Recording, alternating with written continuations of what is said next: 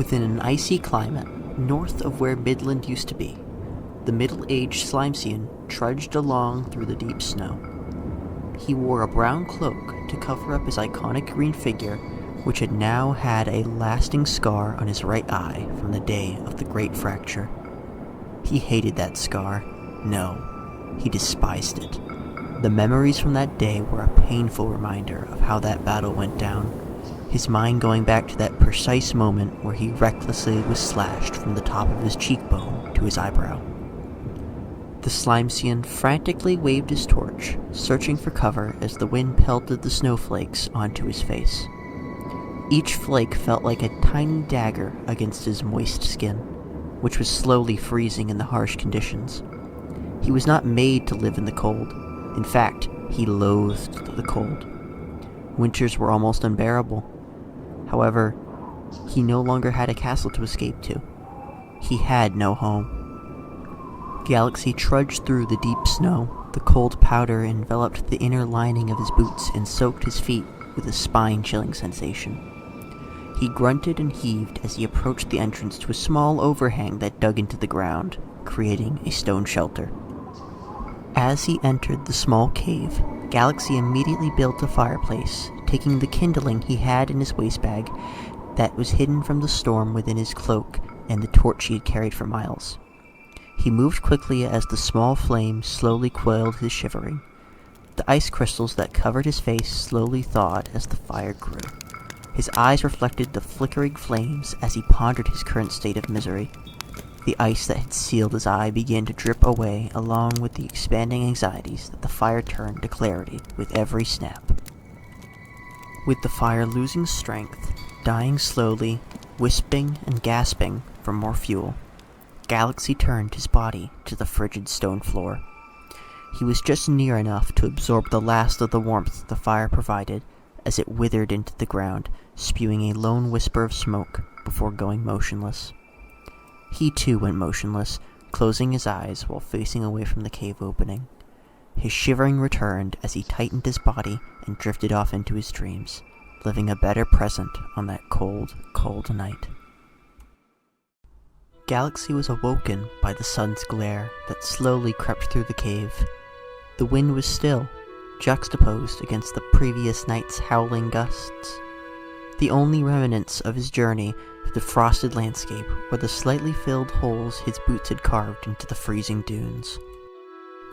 As he emerged from the cave, he noticed a letter in the snow, a light blue envelope that was slightly moist where it jutted out of the mound of snow that led into the cave. Galaxy pondered for a moment as his glare faced the envelope head-on. A letter? Out there? Who could this possibly be? He snatched it as he fully emerged out of the cave before removing the wax seal that was embroidered with a stout tree. The paper within the envelope was marked with rough penmanship and an unflattering signature that appeared to be smudged from a liquid.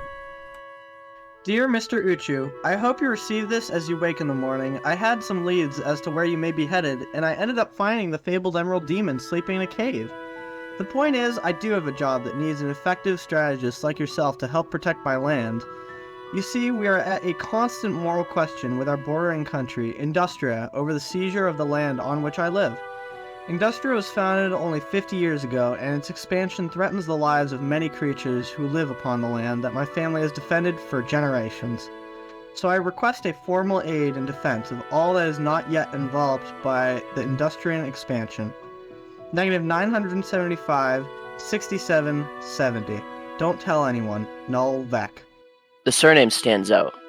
The bartender at Midland Academy must be a descendant. How coincidental. After a further analysis of the coordinates provided, Galaxy's next destination led straight to where the barman had lived and where his parents remained, the Great Black Lotus Oak. The burial ground of his parents was a sore spot for Galaxy. He never truly knew his mother, but his father was his idol.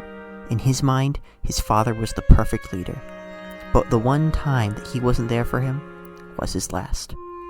He clutched the paper tightly as he smirked towards it. He laughed out loud to an absent audience. So the will of the world truly wants me to return?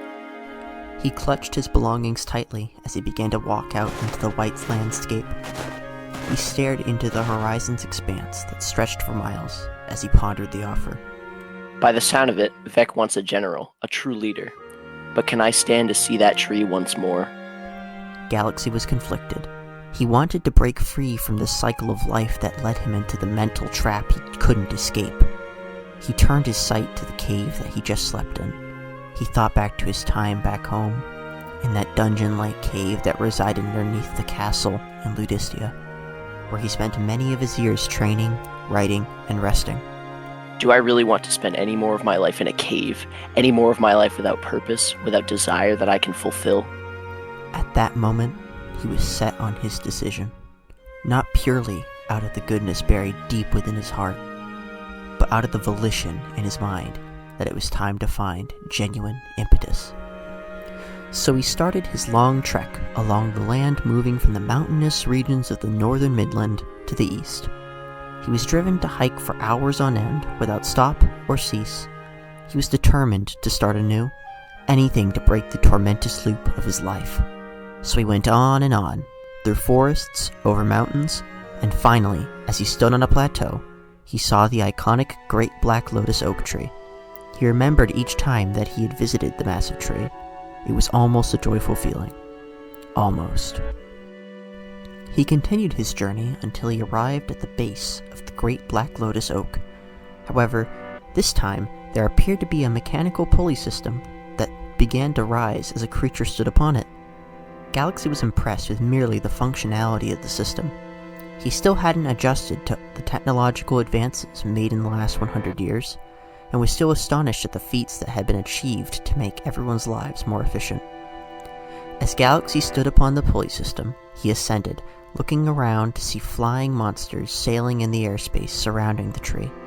Other creatures made dinner in their homes, buildings that hung from the branches like ornaments. At the top, aviarians and their hatchlings dashed and giggled amongst the shops that lined either side of the wooden floor. Galaxy hadn't met all too many aviarians. They carried the attributes of a bird, but resembled a human figure. As he went to a balcony that was facing the sunset in the west, he pondered his perception of the area. It was quite beautiful when he wasn't so focused on his past. Galaxy was lost in his thoughts as he gazed out at the scene, when a massive blue bird burst into view and brought him back. Mr. Uchu, you came! Galaxy jumped back as he gripped the hilt of his blade before realizing that this was his contractor. You must be Mr. Vec. Null had bright blue feathers layering his body with yellow highlights, including a lone green feather within a field of blue that formed a bouquet out the back of his head. His demeanor seemed scrappy and scattered, not to mention humorously clumsy and awkward.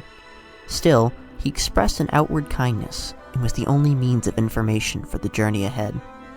Please, Null is fine. I prefer a closer relationship with my partners. Galaxy smirked as he admired Null's hospitality.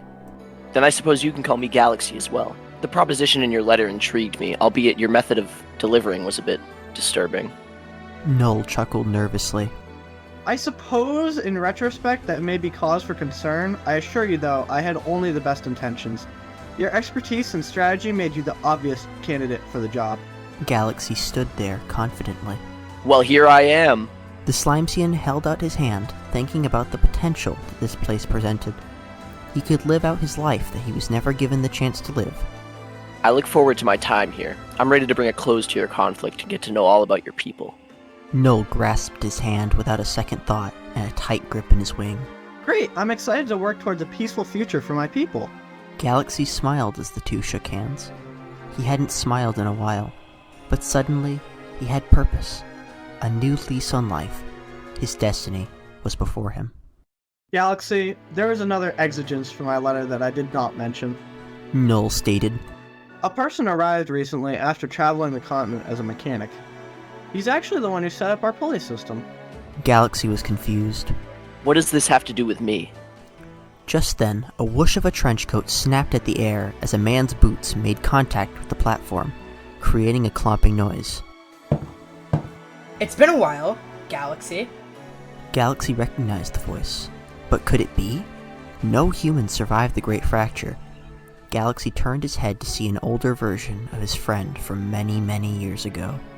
It was like seeing a ghost, a reflection of an era long past, while he knew that he was indeed alive. He could feel his joy swell to combat his confusion and shock as he looked into the cracked lenses of Mark Harvey.